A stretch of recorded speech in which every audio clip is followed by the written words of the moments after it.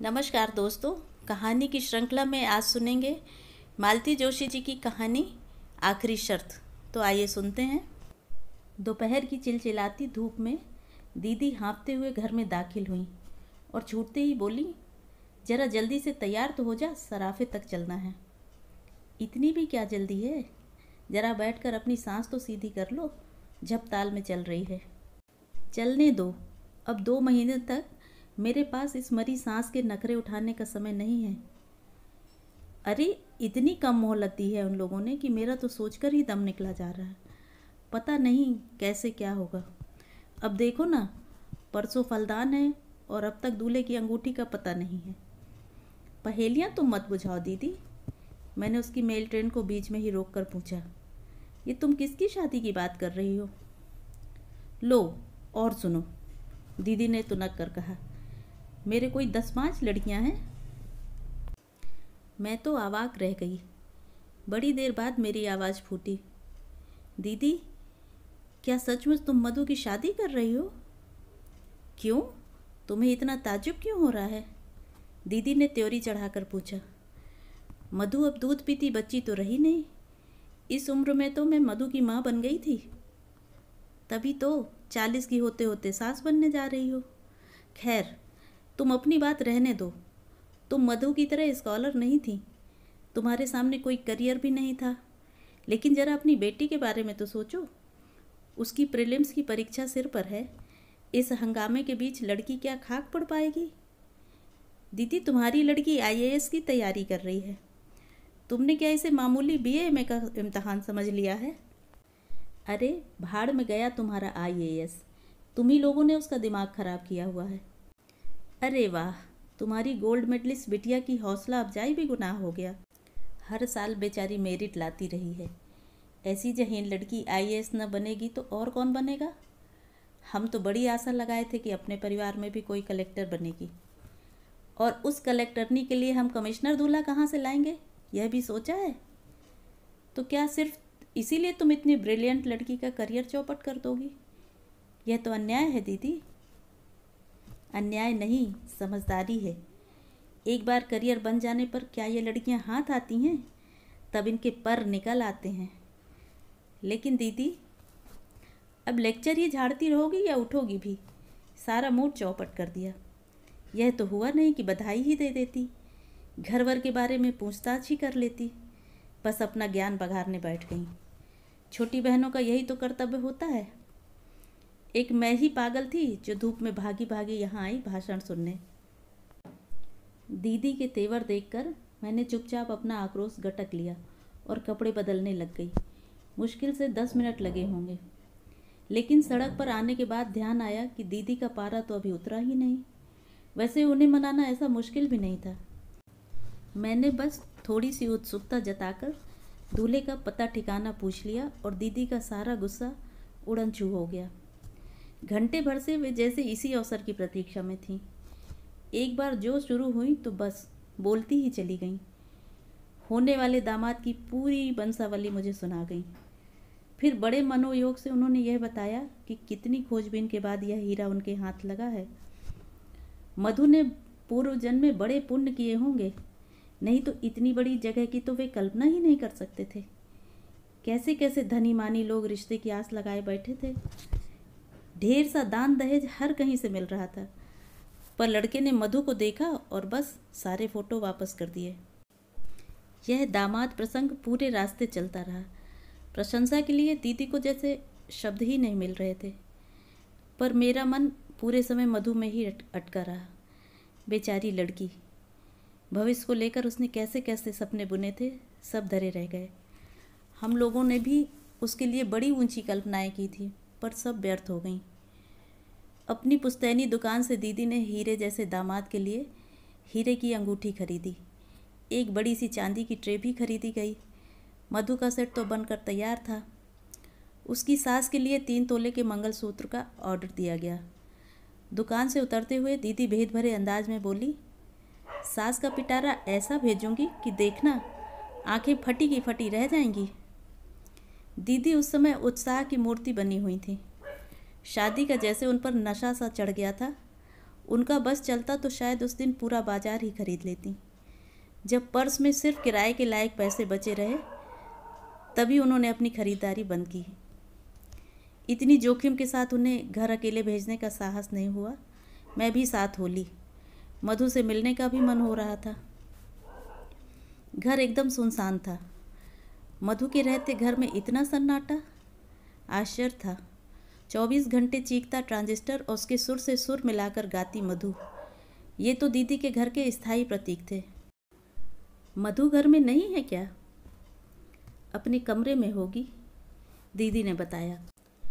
और फिर एकदम याचना भरे स्वर में कहने लगी, तेरे हाथ जोड़ती हूँ कुसुम, उसके पास जाकर कुछ ऐसी वैसी बात मत करना। वह पहले ही मुंह फुलाए बैठी है। अपन साधारण लोग हैं बहन, बहुत ऊंचे सपने देखना हमें शोभा नहीं देता। दीदी, सपने देखने पर तो तुम प्रतिबंध नहीं लगा सकती, बाकी तुम अपने मन की तो कर ही रही हो। सपनों से जिंदगी नहीं चलती रे। क्या सभी सपने पूरे हो जाते हैं? अब इसी को ले लो, हर साल इतने लोग परीक्षा देते हैं, क्या सभी पास हो जाते हैं? फिर उसी आशा में उम्र बढ़ाने से क्या फ़ायदा? इतना अच्छा रिश्ता रोज़ रोज़ थोड़े ही मिलता है। दीदी की बात में कोई खास वजह नहीं था, पर उनके स्वर का गीलापन मुझे छू गया। उन्हें आश्वस्त करके ही मैंने मधु के कमरे में पांव रखा। अपनी मेज के पास गुमसुम बैठी मधु सूनी आंखों से खिड़की के पार देख रही थी। सामने फ्रांस की राजक्रांति का इतिहास खुला पड़ा था। उसके पन्ने हवा में फड़फड़ा रहे थे। हेलो हनी, मैंने उसे बाहों में भरकर कहा। तुम तो बड़ी छुपी रुस्तम निकली, चुपके चुपके सब तय कर डाला, हमें हवा भी न लगने दी। उत्तर में मधु ने 2 बूंद आंसू टपका दिए, बस। धत पगली, ऐसे रोते हैं कहीं, मैंने उसे पुचकारते हुए कहा, पर मन ना जाने कैसा हो गया। दीदी, मधु तो रो रही है, मैंने दीदी के पास बैठते हुए कहा। शादी की बात सुनकर सभी लड़कियां रोती हैं। दीदी ने निर्लिप्त भाव से मुझे चाय का कप पकड़ा दिया। तुम भी रोई थी, हम भी रोए थे। तुम क्यों रोई थी? याद है दीदी, कॉलेज जाने का तुम्हारा अरमान मन में रह गया था। अम्मा बाबूजी ने कहा था कि तुम्हें बीए करा देंगे, तो हम लड़का कहाँ से लाएंगे। आज वही अन्याय तुम अपनी बिटिया के साथ कर रही हो। पीढ़ियाँ बदल गईं, पर हमारी मान्यताएं वहीं की वहीं हैं। हम उन्हें अम्मा बाबूजी कहते थे, बच्चे हमें मम्मी पापा कहते हैं। बस इतना ही फ़र्क आया है, बाकी सब तो वैसा का वैसा ही है। वैसा का वैसा कहाँ है? मेरी लड़की AA में है। मैंने जो सहा उसका 10वां हिस्सा भी मैंने उसके हिस्से में नहीं आने दिया। और फिर जैसे अतीत में खोते हुए बोली, उस समय मैं क्यों रोई थी जानती हो? सगाई के बाद मेरा गाना बजाना छुड़वा दिया गया था। मेरी सास इसके लिए खास हिदायत देकर गई थी। जब तक वह जीती रहीं मुझे कभी गुनगुनाने भी न दिया। अब तो खैर मेरी आवाज़ ही मर गई है। इसीलिए मैंने मधु को कभी नहीं टोका। उसकी दादी गालियाँ निकालती रहीं, पापा तो हमेशा ही बरसते रहे, पर मैं हमेशा उसका बचाव करती रही। मेरा गला घोट दिया, कोई बात नहीं, पर लड़की पर यह अन्याय नहीं होने दूंगी। मैंने तो मधु की सास से साफ साफ कह दिया है। मैं पिछली पीढ़ी की थी, इसलिए मन मारकर भी जी गई। मेरी लड़की से यह ना हो सकेगा। मैं दीदी का तमतमाया चेहरा देखती रह गई। वक्त ने उनके घाव भर दिए हैं, पर टीस अब भी बाकी थी। प्रसंग छिड़ते ही उनकी वह पीड़ा सतह पर आ गई थी। मुझे चुप देखकर ममता भरे स्वर में बोली, तुझे मधु की पढ़ाई की चिंता है ना? देख, भाग में विद्या होगी तो पढ़ ही लेगी। वैसे वे लोग बड़े समझदार हैं। अब रहने भी दो दीदी, शादी के बाद पढ़ना क्या होता है मुझसे पूछो। सारा घर जैसे आप पर पहरा देता है, एहसान जताता है, और अगर बदकिस्मती से कहीं फेल हो गए तो बस सारी जिंदगी ताने सुनते ही बीतती है। दीदी के घर से लौटते ही मन बेहद उदास था। उनकी मौन व्यथा का एकाएक साक्षात्कार हो जाने से मैं चौंक गई थी। अनजाने ही मेरे अपने भी कुछ घाव हरे हो गए थे, और इन सब से ऊपर था मधु का आंसू भीगा चेहरा, जो किसी तरह आंखों से हटता ही न था। सच, अगर हमें अपने बच्चों के पंख कुतरने ही होते हैं तो पहले हम उन्हें आकांक्षाओं का आकाश देते ही क्यों हैं। घर में प्रवेश करते हुए डर रही थी कि सबके मुंह फूले मिलेंगे। पड़ोस से चाबी लेकर घर खोलना न बच्चों को अच्छा लगता है न उनके पापा को। सबके स्वागत में मेरा दरवाजे पर मिलना जैसे ज़रूरी है। लेकिन घर में मौसम खुशगवार था। वातावरण से प्रसन्नता की महक आ रही थी। चलते समय दीदी ने ज़बरदस्ती एक मिठाई का पैकेट थमा दिया था। मिठाई और मधु की शादी की खुशखबरी एक साथ पाकर जनता और भी खुश हो गई। आश्चर्य तो तब हुआ जब श्रीमान जी भी मेरे सामने काजू की बर्फ़ी का डिब्बा खोलकर खड़े हो गए। लो श्रीमती जी, तुम भी हमारी ओर से मुंह मीठा करो, तुम्हारी बिटिया भी झंडे गाड़ कर आई है। अच्छा, मैंने खुशी से डगमगाते हुए पूछा, क्या हुआ? Oh mummy, I am so happy today. मेरी सोड़सी कन्या मेरे गले में झूल गई।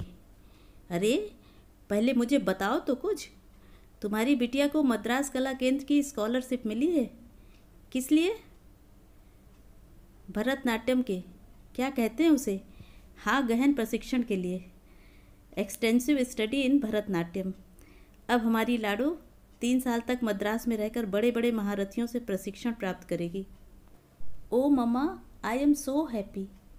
शीतल फिर एक बार मुझसे झूलने को थी कि मैंने उसे सख्ती से अलग किया और उसी सख्त लहजे में उसके पिता से पूछा, 3 साल तक मद्रास में रहेगी और इसकी पढ़ाई का क्या होगा? अरे भाई, पढ़ने के लिए ही तो जा रही है, बताया ना कि गहन प्रशिक्षण के लिए जा रही है। अरे वाह, यह कोई पढ़ाई है? अच्छा भला तो नाच लेती है, अब और प्रशिक्षण लेकर क्या करेगी? BA MA करके ही कोई क्या कर लेता है। ज़रा इस बात पर तो गौर करो कि 810 लोगों ने फॉर्म भरे थे, उनमें से केवल 10 को चुना गया है और उन 10 भाग्यशाली लोगों में तुम्हारी बिटिया भी एक है। कब भरे गए थे फॉर्म? किससे पूछकर भरे गए थे? आवेश में मेरा गला ही रुंध गया। इतना एक्साइटेड क्यों हो रही हो? इतना बड़ा कदम क्या वह अपने मन से उठाएगी? मैंने भरवाया था और शायद तुम्हें बताया भी था। गलत, मुझे बताया होता तो मैं कभी हाँ न करती। मैंने तो इसे डॉक्टर बनाने का सपना देखा था। छी, मैं नहीं बनूंगी डॉक्टर, मुझे वह चीर फाड़ जरा भी अच्छी नहीं लगती। शीतल ने ऐसे मुंह बनाया जैसे उसे उपकाई आ रही हो। तुम्हें तो बस पैरों में घुंघरू बांधकर मटकना अच्छा लगता है, मैंने उससे भी बुरा मुंह बनाकर कहा। यह अच्छी ज़बरदस्ती है। शीतल के पिता सहायता के लिए दौड़ पड़े। अगर उसकी दिलचस्पी मेडिकल प्रोफेशन में नहीं है तो ना सही, दुनिया में और भी तो विद्याएं हैं कि बस नाचना ही रह गया है। पर मम्मा, इसमें बुराई क्या है?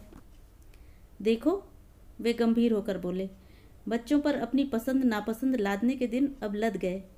अब हमें उनकी रुचि का भी ध्यान रखना चाहिए। और कैसे ध्यान रखा जाता है? मैंने चिढ़कर कहा। इसके लिए हमने ट्यूटर रखे, महंगी पोशाकें सिलवाईं, रियाज के लिए टेप रिकॉर्डर खरीदा। बच्चों के शौक़ के लिए हम कब पीछे हटे हैं, बल्कि अपनी हैसियत से कुछ ज़्यादा ही करते रहे हैं। पर इसका मतलब यह थोड़े ही है कि सब कुछ छोड़कर उसी में जुट जाओ।